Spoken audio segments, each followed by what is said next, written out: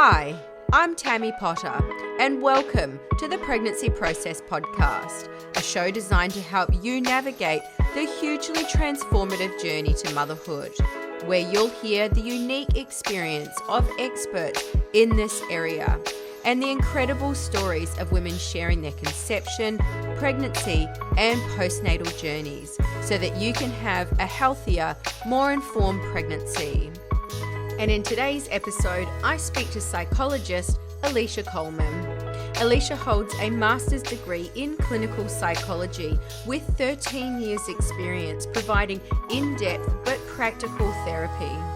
She is a trauma therapist, credentialed eating disorder clinician, and perinatal mental health therapist. Alysha has worked in a range of settings, including hospitals, a health tech company, as well as founding a large clinical psychology practice, the Institute for Healthy Living, where she directed this practice alongside her work as a clinical psychologist. Alysha is also the proud mum of two and has recently dedicated her time to developing She Psychology, a practice providing psychotherapy to women, as well as developing the Self-Help Psychologist, an online space where tools and knowledge for healing, growth, and good mental health are easily accessible. And today we're going to be talking about how important it is to do the psychological work during pregnancy and the transition to motherhood, attachment style and how this can affect your experience as a mother alongside your own experience of being mothered, why building capacity to tolerate discomfort, being connected to intuition, knowing how to soothe yourself when overwhelmed are all crucial during the hugely transformative time to motherhood, and why women need to build a framework of what life is going to be like after the birth, rather than being singular focused on the birth itself. Alysha, thank you so much for your time today. It's fantastic to have you with us. Thanks, Tammy. I'm super excited to be here and keen to chat all things pregnancy, birth, motherhood. Amazing. So if it's okay with you, I'd really like to start kind of with your own transition to motherhood. I mean, I love the concept that, you used your own knowledge and skills to help, to help you throughout your own journey and being able to guide other women through these learnings by talking about your own journey, I believe is really amazing. It's kind of, like you're the first avatar, if you know what I mean. But, I really feel like this kind of needs to be broken down into three parts. It is such a big transition. And I genuinely believe when it comes to the psychology and the psychological aspect of this, there are actually three different parts. You've got your conception and pregnancy, you've got the birth itself, and then the postpartum, because each of these transitions, it really does have its own unique challenges. And I know you have so many learnings to impart based on each of these. So are you okay to start with that? Yeah, sure. I think that the moment that you decide that you want to be a mother is the moment that the changes begin. And I know for me, each step in the process has, as you said, brought a unique set of questions and a unique set of challenges. And I think in being my own avatar, if you go with that idea, I really lost count of the number of times I said to my husband, if I didn't have the skills that I have, if I hadn't done the work on myself prior to becoming a mother, and if I hadn't used the process of conceiving, experiencing loss, getting pregnant to really know myself and figure out how to deal with discomfort, I would be stuffed. I remember saying that to him so many times. I think it's really important that we see this as an opportunity to learn and grow. So I know that your own personal journey through conception and pregnancy, that had challenges of your own, and I believe that every woman, when it comes to their pregnancy journey, has challenges and has their own unique story.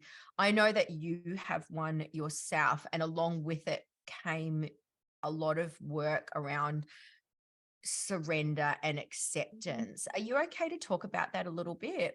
Most definitely. I think that one of the biggest challenges of that, moving into that conception stage of the journey, is that, as humans, we like to be in control of stuff. And over time, we all build up our strategies of kind of deluding ourselves into feeling like we're really in control. And the conception journey is really a big smack in the face lesson of learning I'm not in control of everything. And for me, that involved, having sort of irregular periods and trying to figure out what that meant, conceiving a pregnancy naturally, but having a ruptured ectopic pregnancy. So that phase of the experience for me was really tough, in the sense of you want something and you can't just go out and grab it. You've really got to surrender to the process and just trust that at some point in time, what you want is going to come to fruition. And I remember even when I found out I was pregnant with this first pregnancy, even just the messaging I received around it was so confusing, and I was really having to work hard to just be okay with the uncertainty. I was told by some nurses, you are pregnant, but your levels aren't looking great. And I was like, well, what does that mean? They sort of had this tone of, we're unsure how things are going to go. And that was the beginning for me of having to really work within my body on just finding a way to be okay with the uncertainty. That it morphs and it looks different on every step of the journey, but it's such a crucial theme that I think, if we can do the work to get our heads and our bodies around how to be okay with being uncertain early on, we really do set ourselves up for resilience and to make the most of the experience. Absolutely. And I think that's a super valuable thing for everybody, irrespective of whether they're going through their pregnancy journey or just in everyday life, like being able to sit and trust that everything is just going to be okay, if you know what I mean. And that's a big learning that I've taken away from this year personally, is just being able to let go a little bit and just trust that everything's going to work out, if you know what I mean. So, actually I wanted to speak to you about uncertainty. So this is a really good way of leading into it. So, the transition to motherhood, like you said, holds so much certainty. And, as humans, we are certainty seekers. Why do you think there's like tarot readers and stuff like that? We try and seek out certainty wherever we can find it. And I know personally, when I'm experiencing a lot of uncertainty, it does cause overthinking. It's kind of like my brain becomes like a bit of a rat on steroids, right? And obviously, I've done a lot of work to help me with this, and I have my own personal tools that I use to help me cope, which I'm happy to share. But I'd love to hear kind of what you would recommend helps people cope with uncertainty and the overthinking that it creates. Yeah, sure. I think the first thing we have to understand is that the reason that we struggle with uncertainty so much comes down to our wiring as humans. We're wired for survival, right? And so we're wired to seek out safety in our body and in the environment around us. So I think the first step is recognizing that and normalizing to ourselves, this is a challenge. As humans, we all struggle with this. It doesn't mean that I'm faulty or I'm bad or I'm wrong. it's kind of that our wiring's the problem, right? You know, our wiring is set up to help us survive as a cave person, you know, that might have to be on the lookout for lions, you know, making sure that we can find a safe, protected, you know, cave to shelter in, away from the weather, to seek out food. But in our modern world, the lions can be, you know, as you described, kind of in our head, right?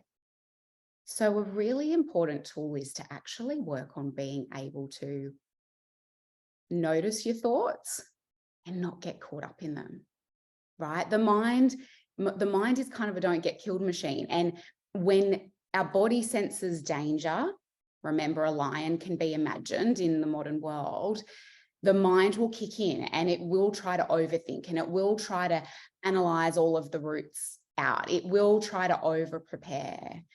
But getting caught up in that cycle, I don't know if you find this, Tammy, but it tends to actually just wind up the sense of stress and the sense of danger and the sense of anxiety, rather than actually give us a sense of safety and settledness and control in the body.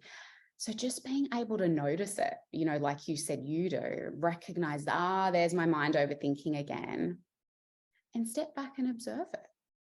Just let it come and go, kind of like cars driving by your house or clouds passing by in the sky. Like it's happening, it's there, but we don't give too much attention to it.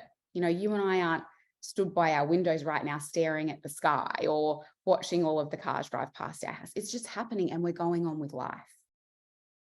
That's a really important tool. And I guess, you know, how do people do that?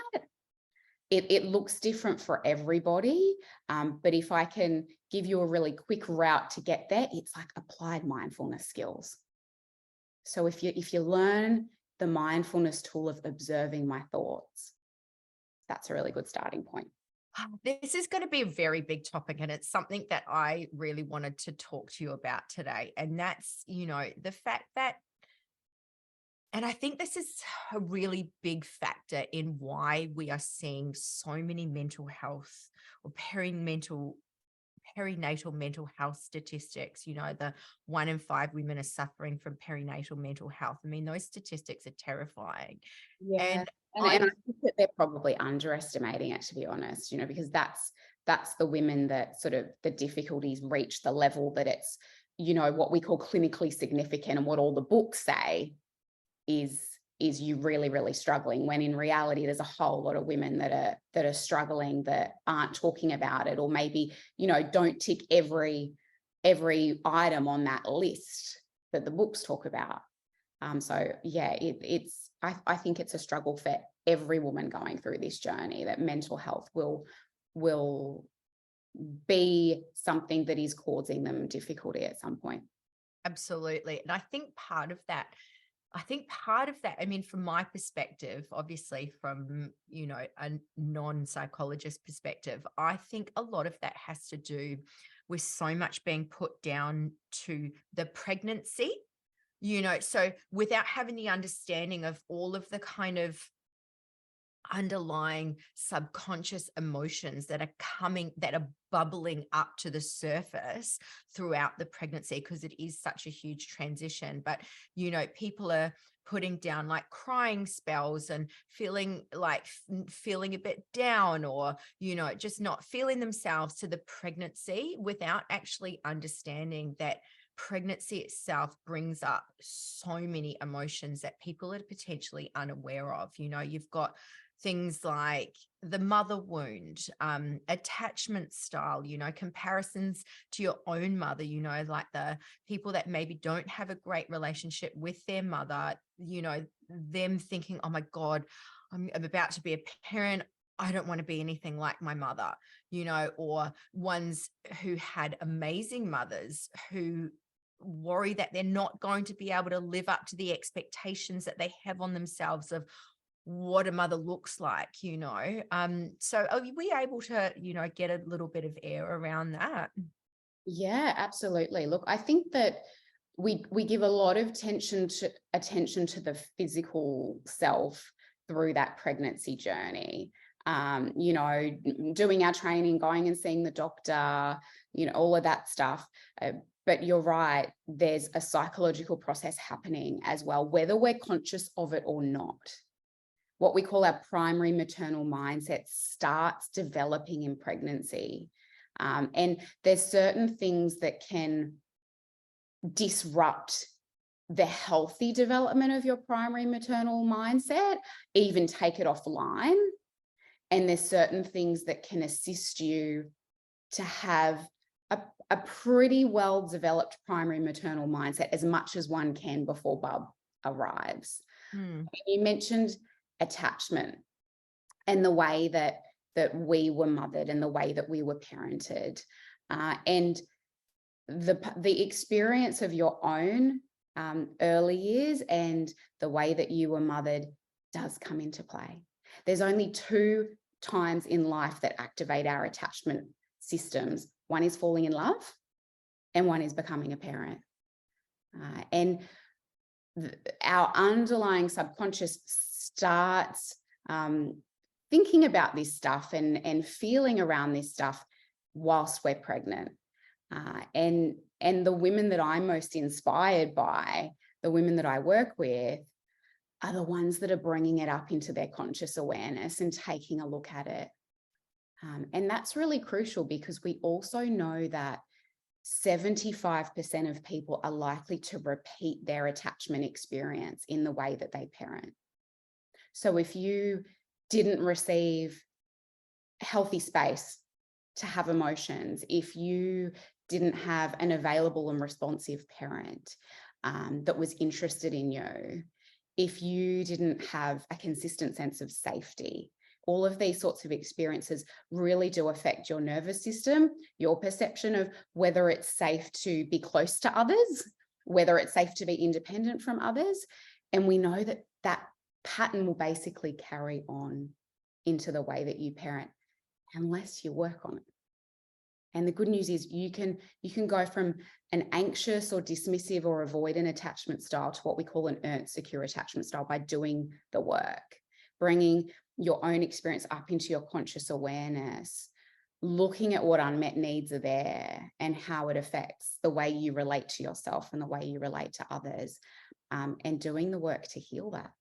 I think that is the best investment you can make during your pregnancy, that your baby and your whole family system will thank you for later. Doing the work to understand that before the mirror is held up when you're in the thick of it and you're sleep deprived and you're dealing with all of your own physical recovery, and you're figuring out how to care for a baby and your own attachment wounds, and parenting experiences being held up in a mirror to you. So, I mean, there is a lot of talk around attachment style out there at the moment. I don't know whether it's just maybe the people that I follow on Instagram or, maybe it's my own personal interest. I just seem to see a lot of stuff around attachment style. What type of work would lead to you healing that kind of wound? Are there different types of work that you can do to help heal it, or are there specific things? Like I'm not sure. Yeah. From your perspective, From my perspective, there's a few things. It kind of depends on, firstly, what your experience was, how that impacted you, and your patterns of relating to yourself, relating to your emotions. This is a really important one, because how we are with our own emotions is going to determine how we are with our children's emotions. And one of the key things that we as parents teach our children is how to regulate their emotional selves, how to understand their emotional selves. And if we do that well, we're developing a very resilient individual who will have a positive and stable sense of their self as a worthwhile person. And if that process doesn't go well, then there's a whole bunch of problems that all of the rest of us are dealing with, right? We've got the opportunity not to pass that pattern on. So that it depends on exactly what your experience is and how it plays out. You can work that out through doing some reading and self-reflection, talking with a therapist, looking a little bit at your relationship history and the patterns there, looking also at how do you respond when you're your most upset, when you're feeling shame, when you're feeling overwhelmed, when you're feeling disappointed. That'll give you a lot of clues into, you know, what might need to be worked on. For some people, some knowledge and awareness is enough to help them change the patterns. For others, it's a combination of trauma therapy, really, to go in and process those experiences that are stuck in their body and that are kind of coming up to the surface when they're experiencing reminders of their past. And then the other key as well is really learning how to hold space for my own emotions and how to show up for myself in the way that I would have wanted a parent to show up for me when I was a child. So you talk about emotions getting stuck in your body. And I mean, this is something that I've got a lot of personal interest in. So I should be careful that I'm guiding this like conversation on things that I'm interested in. I'm used to, Tammy, right? This is what I'm used to. No, it's all good. But like, so when you talk about, I mean, this is so interesting. Emotions getting stuck in your body. Like, how do people go about releasing that? Like, what kind of things that would you recommend to help people release those emotions that do get stuck in their body? What the research says is there's two types of therapy. One is eye movement and desensitization and reprocessing therapy, or EMDR for short, and the other is a version of CBT called cognitive processing therapy. For me, I practice EMDR and I'm a really big fan of it. Essentially, what EMDR does is it allows your brain to have a new opportunity to properly process and digest and make sense of the experience that couldn't be processed correctly when it happened because of the stress that your brain and your body was under.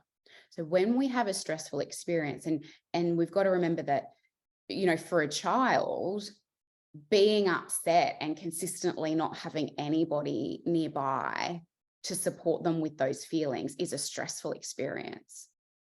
A baby, a toddler, a small child cannot regulate their own internal emotional world. They need a caregiver to help them with that. So when we have a stressful experience, parts of the brain that are important for what we call adaptively processing that information, making sense of it, putting a time and place stamp on the memory, which is what the hippocampus does, pruning away the emotional charge, just kind of almost having a little summary of the story of that memory and the meaning, and then storing it away in our memory bank, like, you know, in an organized filing cabinet. That whole process gets disrupted. And that's what we mean when we say, you know, emotions are locked in the body. We're actually talking about an unprocessed experience that is retaining its emotional charge and that's sitting in this purgatory space in the limbic system, the emotional part of the brain, that the brain has identified as a threat, right?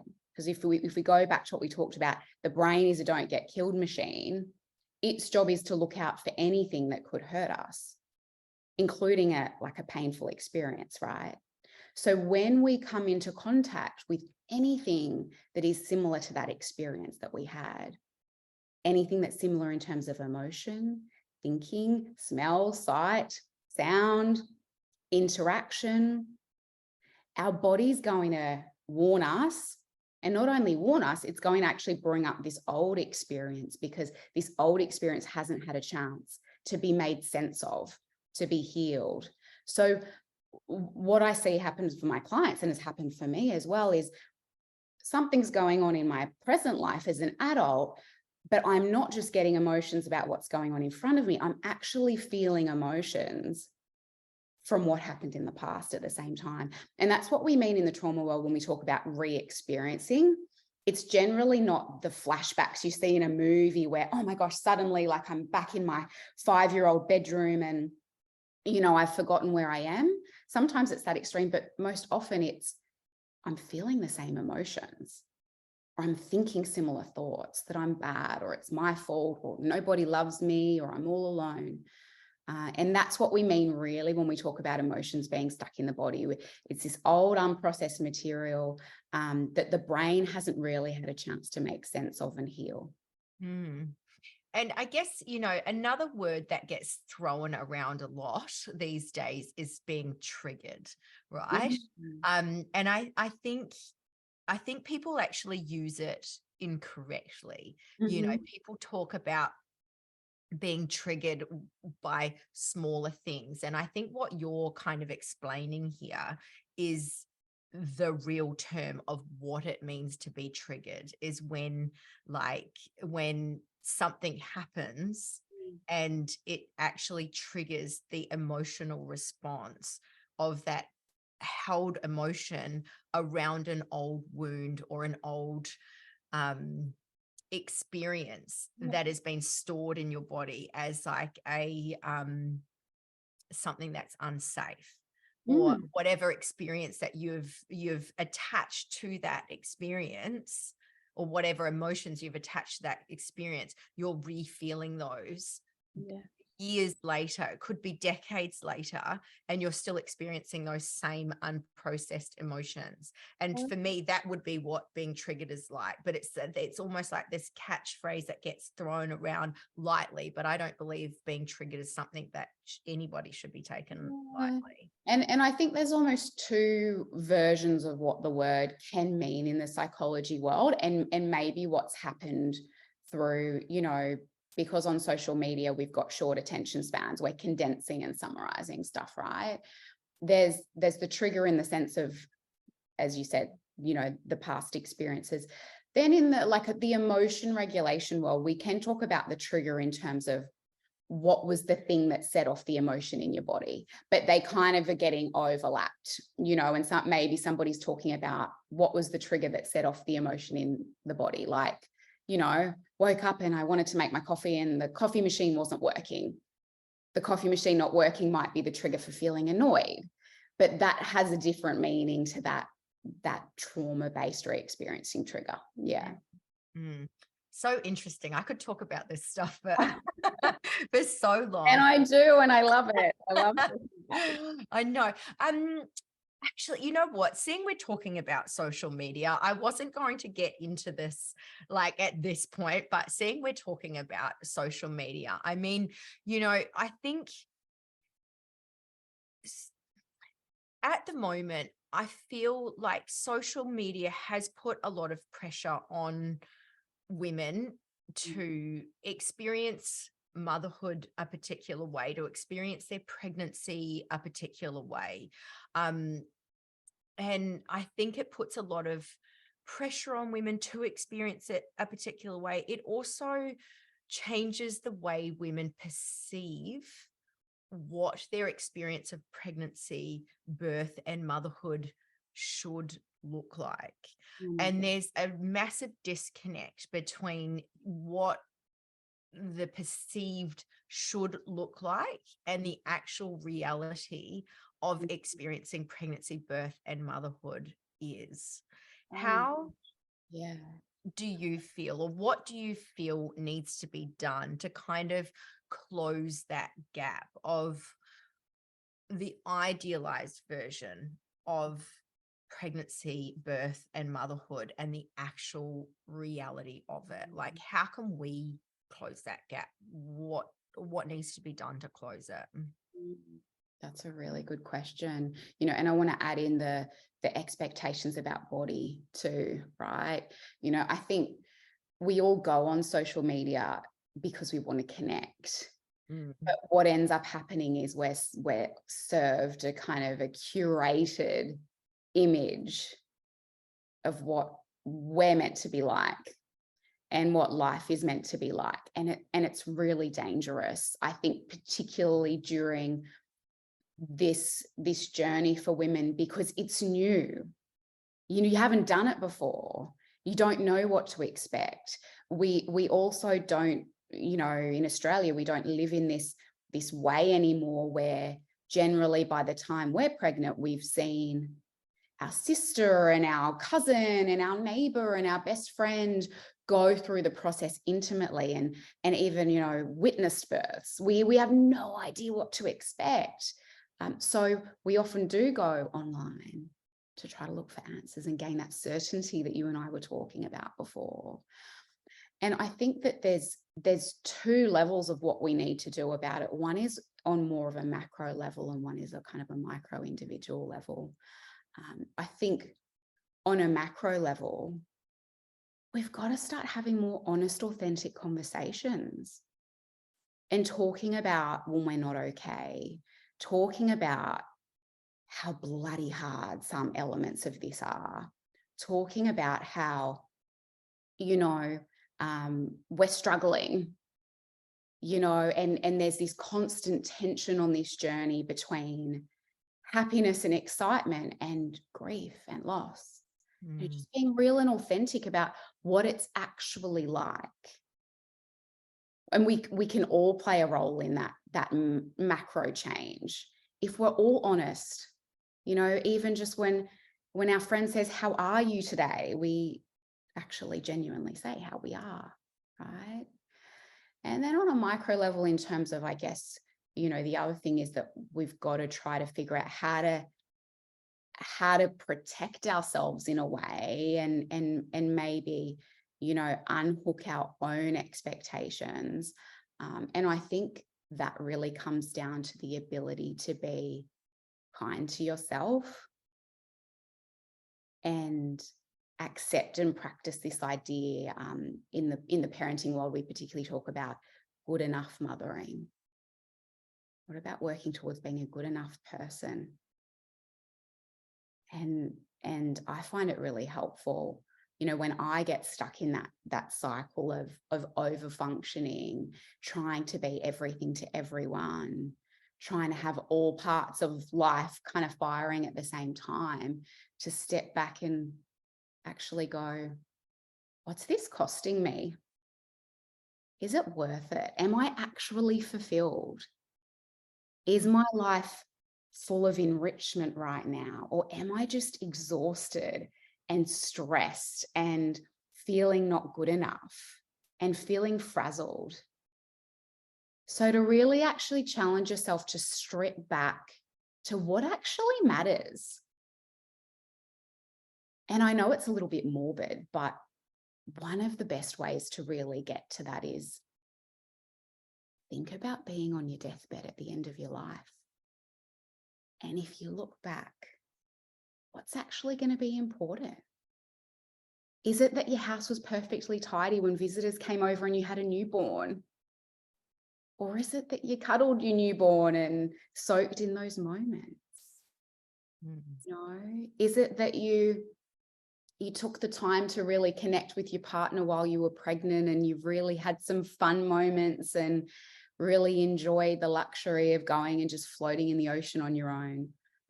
You know, or are you going to be remembering how organized you were and how prepared you were and how many overfunctioned handovers you gave to the person that was taking over your job? I randomly came across a bunch of handovers I did for my first maternity leave, and I so overdid it. I recorded these long audios, you know, for my team, for people that sometimes didn't even continue therapy with a new therapist. I so overdid it. So let's stop overdoing it and let's just give ourselves permission to focus on what really matters. That's so like but everything that you're saying is so applicable to every phase of life, no matter whether you're going through that transition to motherhood or whether you're just a regular person just going through life, you know. So everything, like I think everyone can do with exactly what you're just saying and practicing that. But 100%. when it does come to pregnancy, you know, I think something that you've kind of touched on a little bit here is kind of overwhelm and that information overload. That's something that I really, really put together, because I genuinely believe, especially for first time mums, second time mums as well, like they're already dealing with one child and then they've got another pregnancy, and it's overwhelming and there's so much information and so many changes. And I personally feel that we live in an age where self-soothing actually looks a little bit more like avoiding the feelings than actually sitting in them and feeling them. And I think this can be another reason why pregnancy can be difficult for some women, because their usual coping mechanisms just aren't available anymore. And I think if we're being really real here, I'm talking about things like alcohol, drugs, smoking, like going and smashing yourself in the gym, going for like a long run. Not all of those are unhealthy, but these are coping mechanisms. Some are unhealthy, the alcohol, the smoking, the drugs. But I think going and smashing yourself in the gym when you're like, should be kind of trying to feel the emotions, not like smashing them out of you at the gym. I think that can then lead to unhealthy behaviors as well. And then of course, you've got abusive food and all that kind of thing. But those are just off the top of my head. When it comes to pregnancy, when not a lot of the usual kind of coping mechanisms aren't available to you, because things do change, what kind of self-soothing techniques would you recommend during pregnancy? Yeah, that's a good question. Sorry, it was very long-winded. And well, I guess, look, to address the sort of two layers to your question, one is the kind of the overwhelm and the information overload. I want to say firstly that that's really normal, because you're facing something new, you're uncertain about it, you want to be empowered, you want to sort of know what to expect. And I encourage all of my clients just to recognize when that help and information seeking is functional and adaptive, and when it's not functional and not adaptive. So usually that's around putting some limits in place, thinking where are the sources that I'm getting my information, and getting some sort of reliable, helpful information, and then stopping at a certain point. And so that's really, looking at not scrolling, online at 2 a.m. Doom scrolling, yeah. Doom scrolling about, what could that pelvic pain mean, right? Go and talk to Tammy about that, or a physio, or look at some reputable websites. So that's the sort of the information overwhelm component. The self-soothing component, you're spot on that pregnancy often really challenges us, because we can't access the tools that on some level were working and helping, as problematic and unhealthy as they might be. The reason we turn time and time again to those strategies is because in the short term, we feel a little bit better, in our bodies.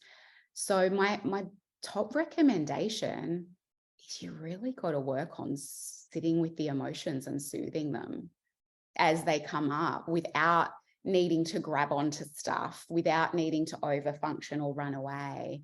If we imagine that our hands are our difficult thoughts and feelings, most of us either, when they come, we get totally caught up in them and we can't see anything and we can't do what matters, or we spend a lot of energy pushing them away. And, what I help women learn how to do is kind of, well, let's just let the thoughts and feelings be, and just, if it's my hands, place them in my lap. It's part of being a human being.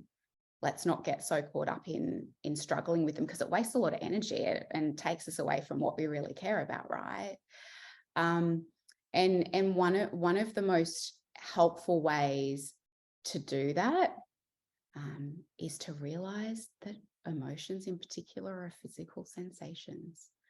One of the most profound lessons I've learned in all of my over a decade of being a psychologist is that the lifespan of an emotion is actually less than 90 seconds.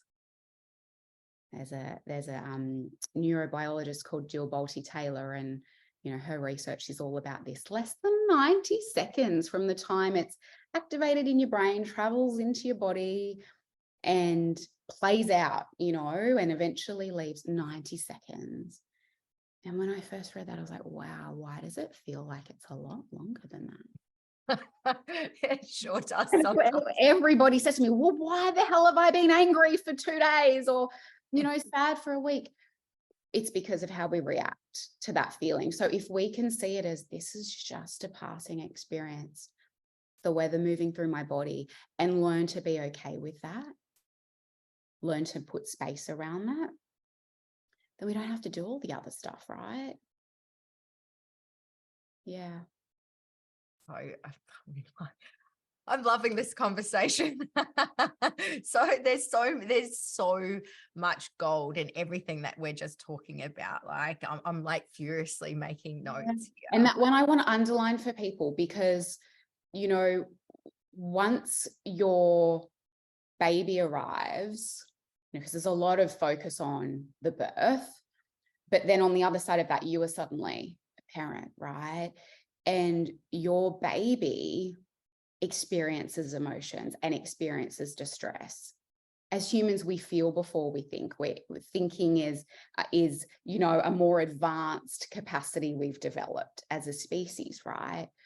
So if you can figure out how to be okay with your own feelings, then you're going to have a heck of a lot of an easier time holding space for your baby's feelings, and the way that their feelings show up and evolve as they grow, which to me is one of the hardest and most important parts of being a mother. So I mean, we've briefly just touched on the birth, and I mean, childbirth is a combination of hormones. It's physiology and psychology. They are intrinsically linked. You cannot have one without the other. And from my perspective, I genuinely believe that the psychology is the driver of all of this, right? I mean, you can literally stop the natural flow of birth if someone is in the room that you don't want to be there, or because of fear or anxiety. And I mean, your levels of pain can increase, the length of labor can increase because of fear and anxiety. And of course, I'm a huge believer in becoming educated around your options when it comes to birth. And I definitely believe that, women can get confidence in going into their birth, knowing that, they've ticked all of the right boxes, physically, they've done the training, they've done the birthing course that resonated with them, because everyone's going to resonate with a different birthing course. They've been to the specialist women's health physio, they've, in their early second trimester, then back again for their, birth prep in the late stages, I mean, I personally like asking women to create that kind of mental tapestry of all the physical achievements that they've accomplished in their lives, which is, really impact for athletes, who have done some amazing physical feats, or even people that train hard in the gym, they can kind of draw down on that. Listen, if I've like deadlifted 100 kilos, I can damn well do this, if you know what I mean, like that kind of thing. I mean, but I'm getting a bit sidetracked here. What kind of areas do you believe that women need to work on when it comes to the birth? Well, firstly, I completely agree with you that it's a combination of physical, hormonal, and psychological. And what an empowered birth looks like is different for every woman. But from a psychological perspective, the stuff we've talked about is really crucial. How do I tolerate discomfort? How do I accept when I'm not in control without spiraling into fear? And that's half the mental battle, in my opinion, around birthing. And whether it's a cesarean or a vaginal birth, there's still elements of pain, uncontrollability, uncertainty, right? So to me, the psychological challenge is very similar no matter how your birth plays out or what your initial plans are. And if you can find a way to ground yourself and your nervous system, even when you're not in control, and stay focused on what matters, then in my opinion, and it's what all of the research tells us as well, that whole birthing process and bonding process afterwards is going to flow more smoothly. You're right, Tammy. I've heard countless stories about labor stalling because of stress, having, as you said, somebody in the room that you don't feel comfortable around. So working out what is going to enhance my sense of safety in my environment, I think is really important. But then how do I find a sense of safety in my body when I am feeling discomfort and when I don't exactly know what's going on because I might not have been through this before. But how does one go about building distress tolerance? Practice. I know it sounds bizarre, but practice, and look, I would say that, I know we throw the term around a lot, but for good reason. Applied mindfulness skills are crucial. So learning how to observe X, and when something takes my attention away, come back to X. Learning how to let those thoughts and those feelings just be and recognize I'm not them, creating some space between them internally. That's what mindfulness gives us. So, and you don't need a therapist to learn this. A therapist will help you really apply it and maybe do a lot of the other healing work. But there's amazing apps out there. There's amazing courses. There's amazing resources out there that any person can access. So applied mindfulness and then practice. I remember I went to some prenatal Pilates classes because I'd had a ruptured ectopic pregnancy. I'd had another fallopian tube removed. So I was sort of had 2 major abdominal surgeries and then I was pregnant. So I was doing all the physio, Pilates, the rehab work. And I remember in the Pilates class, they would ask us to hold a squat against a wall and then practice our tolerance skills, which is like a birthing skill, to practice how can I stay in touch with my breath. Breath is the most crucial kind of tool for sending a signal of safety back to the brain. How can I stay in touch with my breath, talk myself through this, and be able to tolerate the discomfort? If any heavily pregnant woman has tried to hold a squat against a wall, like, it's uncomfortable, right?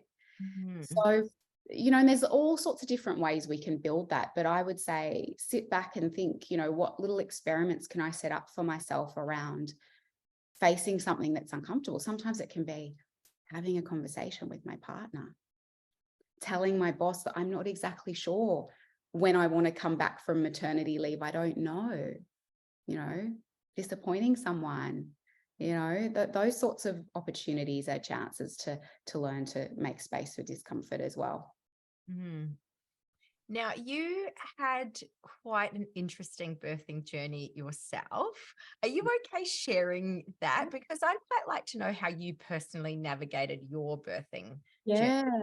Yeah, sure. Well, look, I was the same as everybody with my, first birth, that I didn't know what it felt like. I didn't know what was going to happen. In terms of practical things, I found a combination of being informed by doing a birth course, being informed a little bit more on the physiology and practical coping strategies, and then really working on my own ability to find safety and ground myself in my body through meditation. That was kind of the threefold personal work. I also found it really important that my birthing partner, who was my husband, and it's not always, your romantic partner that might be your birthing partner, that he was also empowered with some of those tools, so that he felt like he could play an active role in supporting me because he understood enough about what could happen and what I might need. So that involved him doing his own learning through going to the birth course, I should say, and then having some conversations. You don't know exactly what it's going to be like, but you can start imagining a little bit and reflecting through what's going to help me feel as safe and empowered as possible during that experience. It might be a bit old now, but there's a book by Juju Sundan called Birth Skills. She's actually a physiotherapist. I loved that book for me alongside the birth course, and my own meditation and emotional work. That was a really helpful combination. But my birth experience was very different to what a lot of first-time births are like, because mine was very fast. I went into labor on my baby's due date. I'd had a whole lot of pre-labor, like, oh, it's happening, oh, it's not happening, for about 2 weeks, which I now see was really like my uterus practicing. But I remember waking up on the due date and being really frustrated and upset. I was like, oh my gosh, everyone kept telling me I was going to go early and I haven't, and here we are. But lo and behold, my waters broke on day 1. But even that is quite unusual, right? Like giving birth on your actual due date, and on top of it, your water's breaking on your due date. That's unusual. I know. And I like to think it was my daughter's temperament showing through. Like, she's conscientious. So she was like, Mom, I'm coming right on time. Here I am. Exact moment that I'm meant to arrive. But first time birth, because your body hasn't gone through it before, generally what the midwives and the books and the courses tell you is that, buckle up, it could be a long ride. It's going to take a while. And even, when I was interacting with the midwives at the hospital, that's what they were telling me. But I actually went through transition. So that's when, you're 10 centimeters fully dilated and ready to start pushing, when I was at home in the shower. And that was not my birth plan. For some people it is. And I think it's, amazing that there's all sorts of ways that we can birth and choose what might feel best for us and our baby. But my plan was to actually be at the hospital. So I actually had to resist the urge to push my baby out. Oh, I still remember that feeling, for probably about half an hour. And this was peak hour traffic on a Friday evening. So I clearly remember being in the back seat of my car at a set of traffic lights and seeing a bus stop full of people traveling home, and being in the middle of a contraction whilst also trying not to push, whilst my husband was also trying to say all the things you meant to say, like trust your body. And I was like, okay, can I trust my body? Can I push? And then I went, no, I'm not meant to push yet. We're in the car when I don't want to have the baby in the car. And we did nearly have to stop on the way to the hospital. We weren't sure we would make it, but we made it. We parked in the police emergency parking out the front and we sprinted in. And I remember the poor receptionist downstairs. She was like, do you want a wheelchair? And I went, there's not time. And we literally ran to the birthing suite, and my daughter was born 10 minutes later.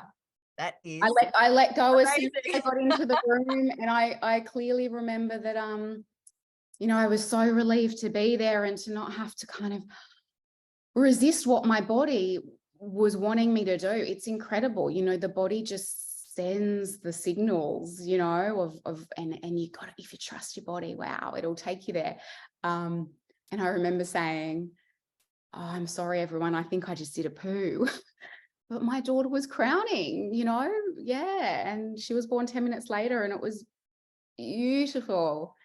And I remember showering, after we'd had all the beautiful skin to skin time and connected, and I went and had a shower, and I felt like the biggest superhero. It was I still tear up, nearly 6 years later, thinking about that moment. It was incredible.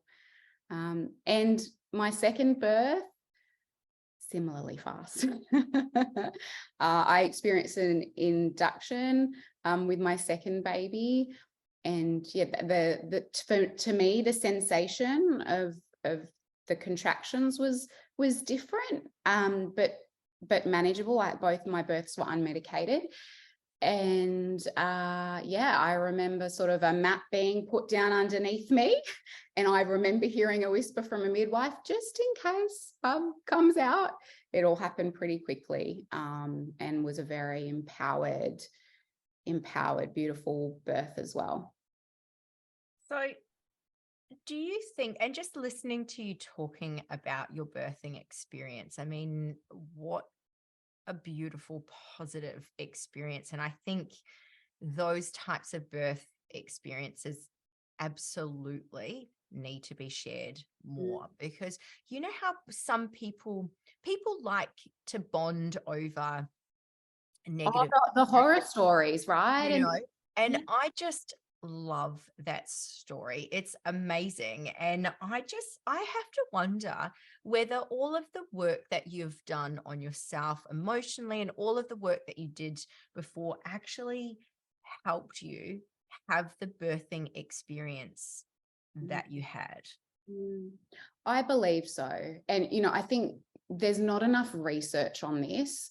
But from everything I know about physiology and the nervous system and the birthing process, your ability to stay grounded, feel empowered, plays a role in how all of your hormonal reactions are happening. And we know that cortisol and adrenaline, the stress hormones, slow down the oxytocin release, which is what we really need to go through the birthing process.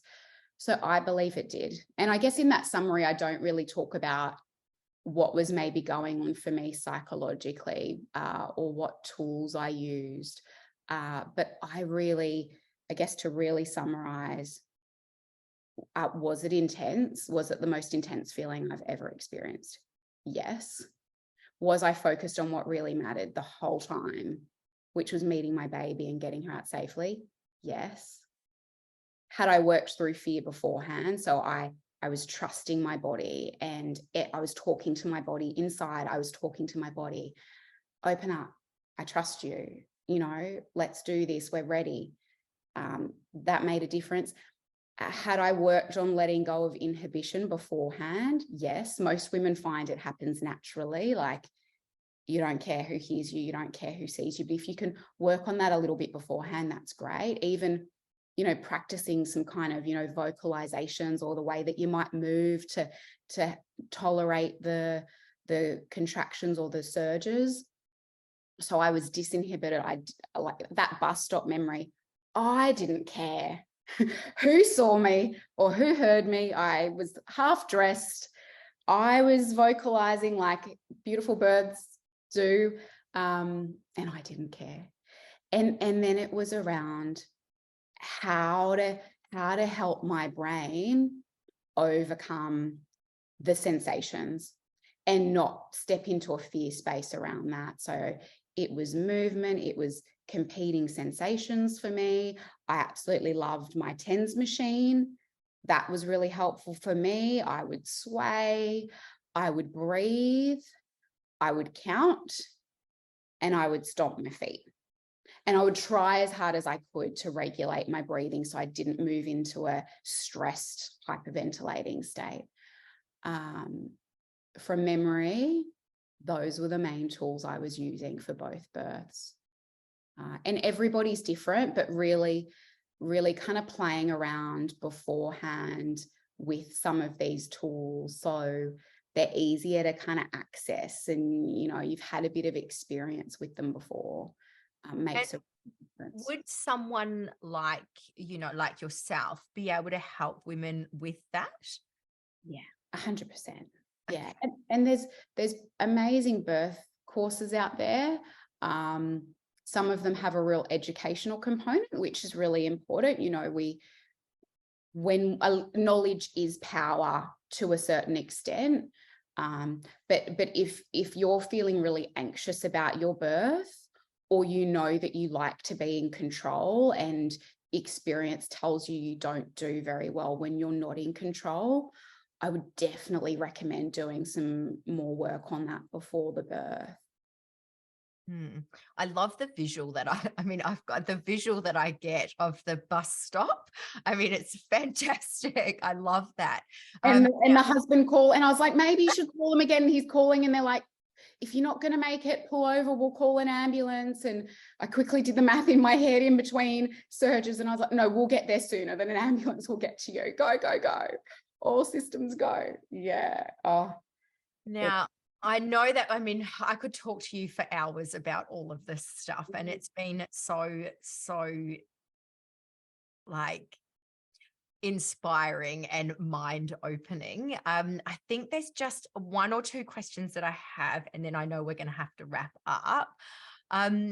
You mentioned maternity leave before, and this is something that I really wanted to speak to you about because, I feel like that transition from working woman to maternity leave, there is so much information out there around going back to work after having a baby, but there's so little out there about the transition of going from a working woman to being on maternity leave. And I've had people liken this to being adrift in a sea of change, because that's how it can feel. Your career is so intrinsically linked to your identity, and then all of a sudden that part of you is not going to be there for a certain amount of time, some people less than others.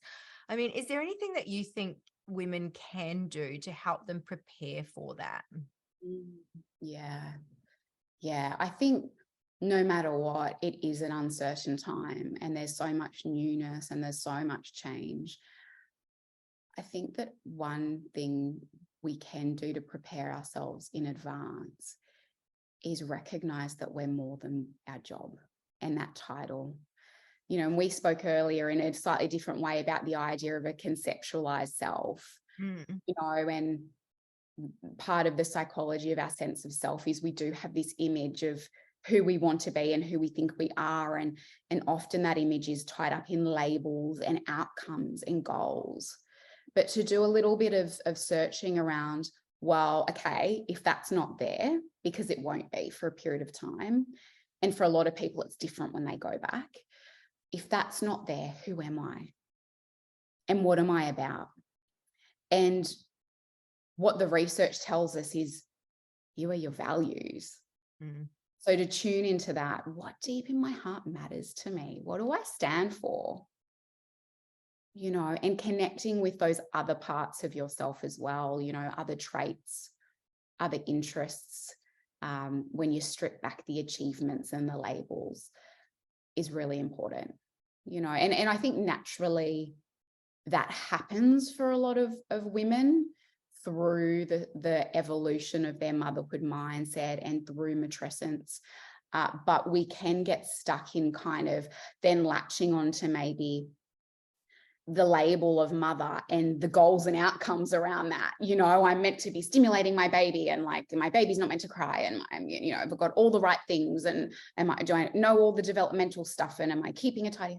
So we can kind of almost just transfer our professional identity onto our role as mother, which isn't helpful for anyone unless we really kind of get more comfortable with letting that be to the side.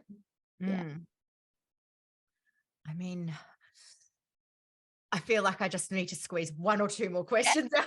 Is that okay? And can we, before you do, I just want to jump back to the birthing thing for 1 second, because there's one thing that maybe I didn't highlight that is important, which is the whole psychological preparation to me is really crucial for preventing birth trauma and helping you to also be satisfied with your birth if it didn't go to plan. Not everybody's plays out as wonderfully as mine does, and that's a reality that is nobody's fault. sometimes we have to have more intervention than we wanted. Sometimes bub might be in distress. Sometimes we end up having to have a cesarean and that's not what we wanted. And I believe that all of that psychological preparation helps you to also process your birth after it happens, especially if it didn't go the way that you wanted it to. Yeah, I think that is so important. I spoke recently with someone who was quite rigid about her birth plan, and looking back on it, the one thing that she wishes women knew before they have their baby, and I'm going to ask you the same question. She was talking about flexibility and being flexible with the birth plan. 100%. Yeah. And with all of the kind of the working on how I am with my emotions and myself, and can I stay grounded, the term that we use in my world for what all of that means is psychological flexibility. It allows you to be flexible and adaptable to the circumstances around you. And to me, that is so important for the experience. So speaking of the one thing you wish women knew before they had a baby, what would that be for you? What's the one thing that you wish all women knew before they had a baby? Yeah, it's very hard to distill it down to one. I could write a whole book about it. I'd love you to. Maybe I will one day. Maybe I will. And that's definitely what I'm planning for some of my, online work to be about. The most important thing that I wish women knew was how to be okay with their own emotional discomfort. And in that there's a few layers of things, but if you can work that out now, you are going to be set up to have a resilient, empowered birth experience, whatever that looks like. You're going to be protected against developing postpartum, serious postpartum mental health difficulties. We all have some. You're going to be set up to develop foundations for secure attachment with your baby, and you're going to be set up to be resilient to handle the challenges that do come with matrescence and with motherhood. Thank you so much for your time today, Alysha. I feel, we've gone through so much. We've gone through sitting with your emotions, knowing that they are only physical sensations that only last 90 seconds. I love that. Being good enough, being good enough, and that's okay. Acceptance and surrender, and observing your thoughts and feelings, and understanding how you are with your emotions is so important. So I feel like we've covered so much, and it's been such a inspiring conversation for me that I know that everyone will take away from.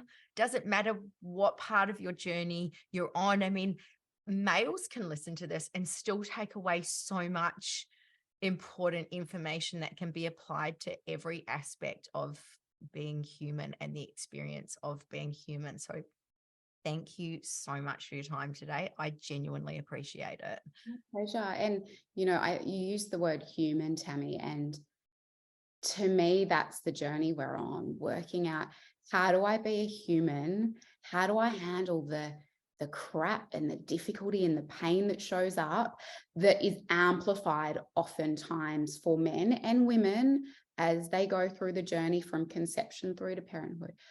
How do I handle that in a way that it doesn't have excessive impact and influence on me? And you're right. And I genuinely believe that this point in somebody's life represents a beautiful opportunity to figure that stuff out and, reap the rewards through the years. And if you're hearing this message, I want to say a huge thank you, because it means that you've listened to this entire episode. Of course, if you have any questions about the things that we covered in this episode, or want to know more about me or my other projects, you can find me on YouTube and Instagram at The Pregnancy Process. For those currently in their conception or pregnancy journey, you can actually apply to join my complimentary but private community, the Preggy Training Crew. And you'll find my community application and social media links in the episode description. And of course, if you enjoyed this episode, I absolutely encourage you to share it with other women just like you. And I look forward to seeing you in the next episode.